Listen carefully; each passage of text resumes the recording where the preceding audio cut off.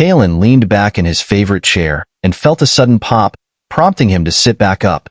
This particular spot in the bar was his favorite, offering a view of the diverse array of races coming and going. Many patrons would approach him for advice, drawn by his vast knowledge as an old spacer. Kalen's experiences spanned nearly every system and inhabited planet in the sector over his 170 galactic years. Younger spacers often sought him out to hear tales of his adventures.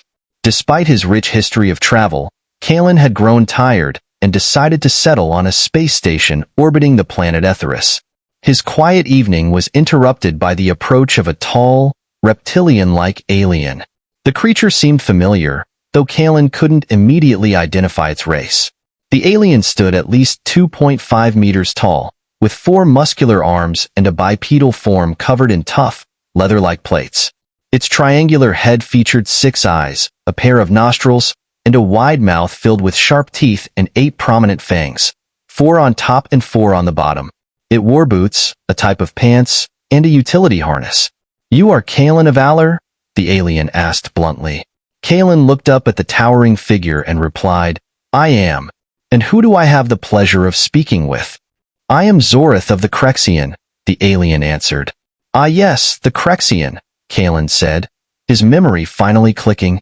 The Crexian were rarely seen outside their body armor and enclosed helmets, a warlike race from the Rim who had only appeared in the sector 20 years ago, carving a foothold through raiding the outer worlds and displacing the Fatiri. Without asking, Zorith sat down next to Kalen. "I understand you know many things about this sector," Zorith stated.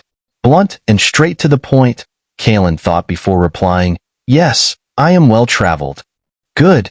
You will come with me," Zorith added. Taken aback, Kalen asked, "Why in the hell would I do that?"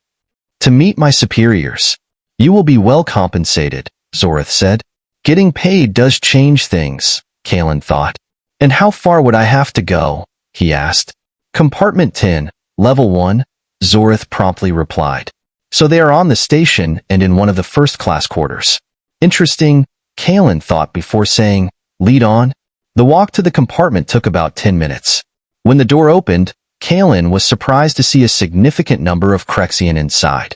There were about 11 of them, and after studying them for a moment, he concluded that 6 were guards. Unlike Zorith, these Crexian wore various forms of raiment that concealed their bodies, essentially allowing them to move about freely in disguise. Kalen began to wonder just how many Crexian were hiding in plain sight across the sector.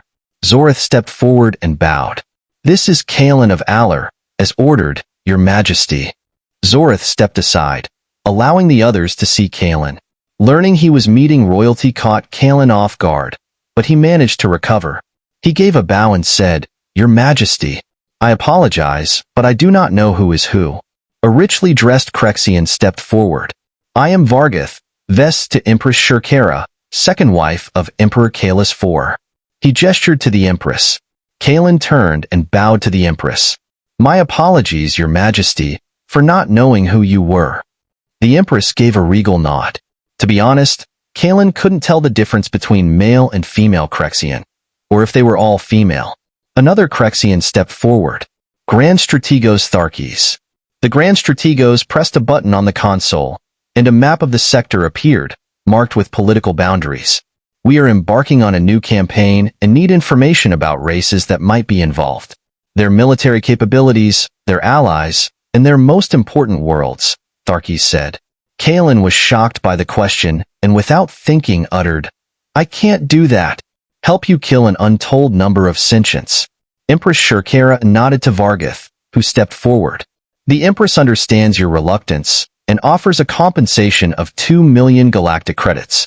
Kalen nearly fell over from shock. He could almost buy his own station with that amount. After wrestling with his conscience, he agreed. The Empress nodded in satisfaction. Grand Strategos Tharkes pointed to an area on the map. "We plan to attack these Homins and absorb their territory into our empire. We've heard rumors they do not maintain a large fleet and that they are afraid of war, that they'll negotiate a way out of it." Kalen stared at them in horror. "You mean to attack the humans?" "Yes, in 2 standard months," the Grand Strategos informed him. After regaining his composure, Kalen said, No one in their right mind attacks the humans. Grand Strategos Tharkes laughed. Why is that?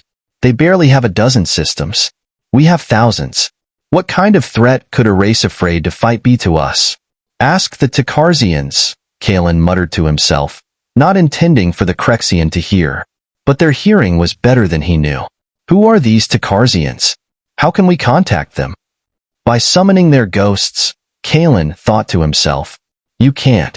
They are extinct in this sector, and there are only rumors of small drifter fleets of survivors, never staying in one place too long. And these humans are responsible? So they beat some minor power, probably only a few planets, and we're supposed to be afraid of them? Grand Strategos Tharkes scoffed. Kalen replied, over 80 galactic years ago, the Takarzians once controlled most of this sector. He used his finger to indicate the territory on the map. 138 systems, 600 habitable planets and moons, hundreds more with vast resources to be harvested, including the dead rock we currently orbit. For a moment, Kalen thought he saw doubt on some of their faces, but he wasn't sure. Grand Strategos Tharkes was not one of them. We are the Krexian and fear no one, especially a race afraid of war, even if they won one decades ago. Go on with your explanation as to why we shouldn't attack them, the Empress said. All of the Krexians seemed shocked that she spoke. Your Majesty, this alien is not worthy to hear you speak. Vargoth exclaimed. Grand Strategos Tharkes also spoke out, Your Majesty, forgive me, but as the second Empress, you are only here in a ceremonial role. With a glare, the Empress addressed them both.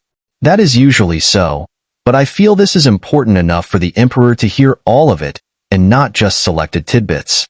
She addressed the Strategos directly. Would you like me to contact my husband, the Emperor, and see how he responds to my break-in ceremony? Especially after I tell him how you are ignoring Kalen's warning? I like this one, Kalen thought to himself. Both of the Krexian acquiesced to the Empress.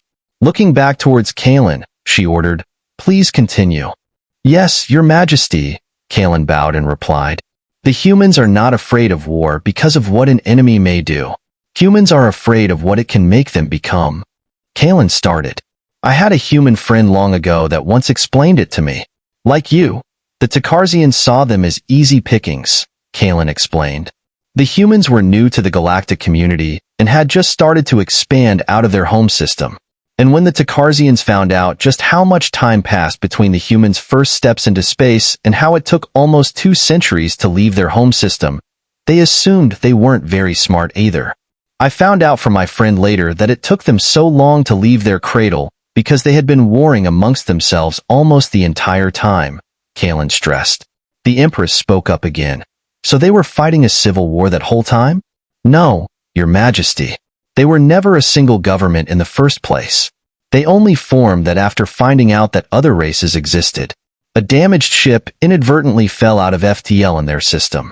The crew was dead, so the only source of information was the ship. They examined the ship and reverse-engineered what they found, mixed with their technology, Kalen added. It had long been a dream of the humans to find life outside their world, so they were ecstatic to meet other races. They explored, traded, and shared knowledge freely. So they were caught off guard when a Takarzian fleet entered their home system and attacked them without warning. The humans suffered enormous casualties at first, but they weren't helpless, Kalen said. They'd fought wars amongst themselves for almost their entire existence, and they were very good at it. But they were comparatively novices at deep space combat. It took them months to drive the invaders out, and the cost was high. For both sides, Kalen paused. I've heard rumors that Takarzian survivors were traumatized by their later engagements with the humans, especially the ground forces. As a departing act of defiance, the Takarzian launched a